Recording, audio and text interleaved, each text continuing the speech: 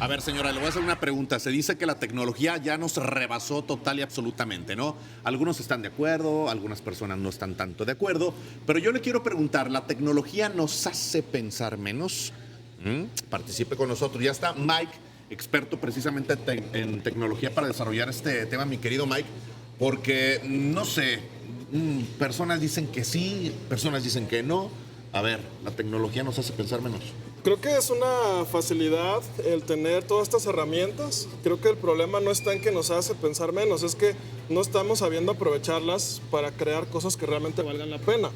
Si bien estamos delegando cuestiones al día a día, por ejemplo, como la navegación, ¿no? Lo mencionábamos ahorita antes de Buen cámaras. ejemplo, ¿eh? Buen ejemplo. Pues yo ahora ya no necesito aprender la dirección de una casa, de un negocio, de un lugar que voy a ir. Solamente le pongo la dirección y llego.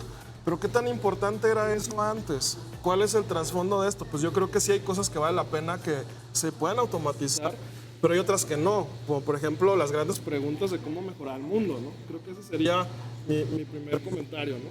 Sí, a ver, en base a este ejemplo, vamos a profundizar un poquito. Yo creo que en este ejemplo sí se pensaría menos, porque a mí me tocó esa transición.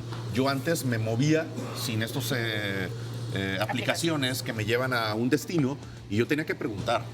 O sea, para empezar, yo tenía que preguntar dónde era la calle, quizá no daba, híjole, ¿sabes qué? Preguntarle a una persona, oye, me dieron esta dirección, estoy cerca, no estoy cerca.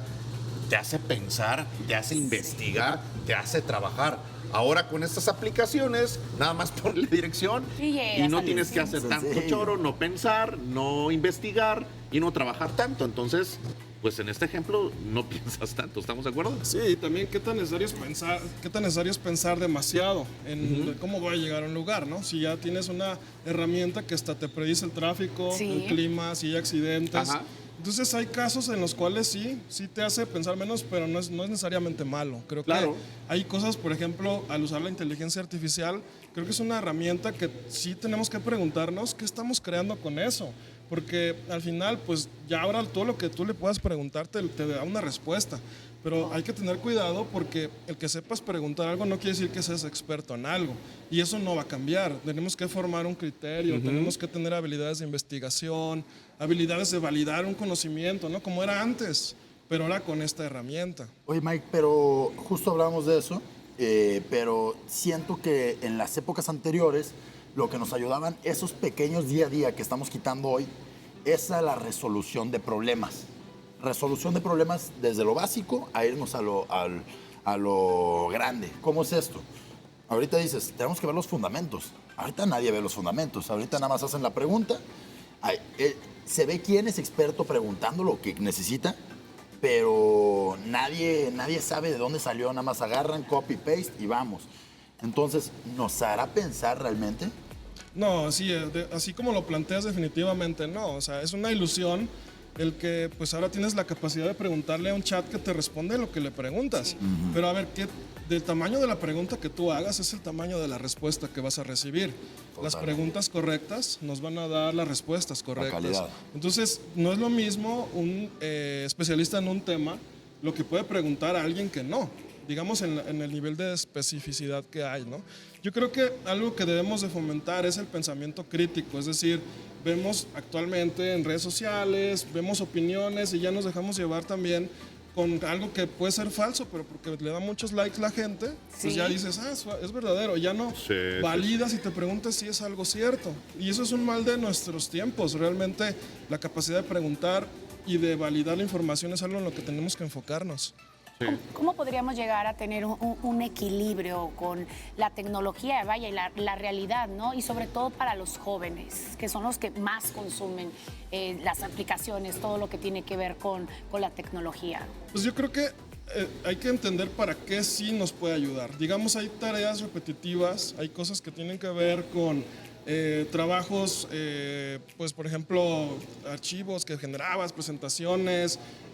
Digamos que ahora puedes procesar grandes cantidades de información y puedes crear con eso cosas mucho mejores, pero evidentemente tienes que formarte y formar un criterio, primero como profesional, como persona, porque cuando ya vas a un trabajo y vas en la vida real, pues te enfrentas que la información que tú estás compartiendo cuando no sabes qué preguntarle, pues es algo muy básico. claro. Entonces, ¿cuál es el equilibrio? Pues ¿para qué sí sirve? Para tener una profundidad de información, para sintetizar conceptos complejos, para razonar sobre posibilidades, ¿no? Cómo hacer una negociación, pero no te quita, por ejemplo, a ti la creatividad que tú le vas a poner a cómo hablas en público, Claro. la empatía que generas, por ejemplo, cómo cuentas una historia que conmueve, todo ese tipo de cosas humanas, y la empatía no va a cambiar. Eso sí, no creo que sea lo que pueda ser sustituido. Sí, en cuestión, por ejemplo, de información, tenemos una gran herramienta porque podemos cotejar y a fin de cuentas nosotros poder hacer un propio juicio, ¿no? de alguna información, quizá de una noticia, alguna investigación. Tenemos muchas herramientas a la mano con la tecnología y antes, sin la tecnología, pues teníamos que consumir forzosamente la información en televisión, que eran las noticias, ¿no? Así es. El diario, que también el diario era otra herramienta, es el periódico en papel, ¿no? Y otros artículos físicos, ¿no? Y no eran tantas opciones como ahora.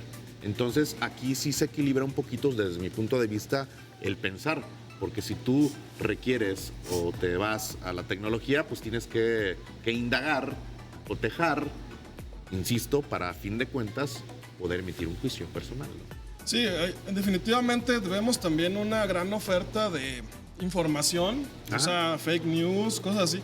Antes, porque era menos información que se producía, pues era más fácil ir a la biblioteca quizá y ver si algo era cierto o falso. Y si no existía, pues no tenías una opinión, no podías generar un análisis real.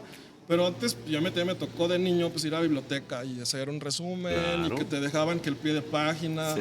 y La que te hacías citapa. una síntesis, ¿se acuerdan de eso? Digamos que esa parte no debería cambiar, pero el reto es cómo hacemos que eso ahora con estas herramientas también puedas desarrollar esas habilidades Exacto. críticas. Y eso es un reto de nuestros tiempos, no solo de México, sino del mundo. del Totalmente. mundo. Sí, por el famoso que te cuentan, no sé, la nota y te dicen, fuentes, TikTok, que antes de TikTok era Wikipedia y alguien ya lo había editado y todo, pero tú nomás llegabas, agarrabas y decías, no había un pensamiento crítico o un discernimiento Así como es. tal, donde tú decías, porque también está bien escuchar los dos lados de la historia y decir, a ver, según mi pensamiento, por aquí va la vertiente, me imagino, ¿no? Sí, porque al final también las universidades tienen un papel muy importante en esto, porque Sí. ellas son las que validan con un método científico que el cierto conocimiento es verdad o es falso.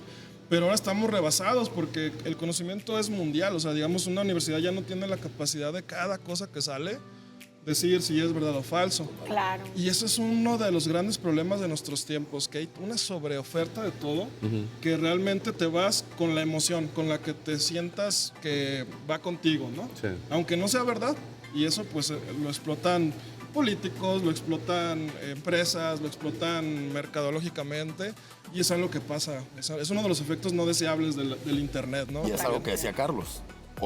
Antes era tres voces. Ahora Tres opciones, sí. Todos tienen voz.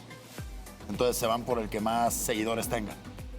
Así Entonces es algo peligroso. Sí, o sea, la parte de popularidad es algo que hay que tener cuidado. Creo que en otros países ya incluso pues hay leyes que regulan el tema de influencers. Claro. Porque a veces promueven temas complejos y que no tienen ellos una validez médica, una validez de salud mental, por ejemplo, Sí. las implicaciones, por ejemplo, en etnias, en que debe ser inclusivo. Y entonces ahí es donde empieza el problema, que no puedes solamente basarte en una herramienta para decir ya soy experto en todo. Claro. Eso no. El problema es que consumimos. Mike, muchas gracias. Muchas gracias. Vámonos, aunque hay con Majo Tiznado.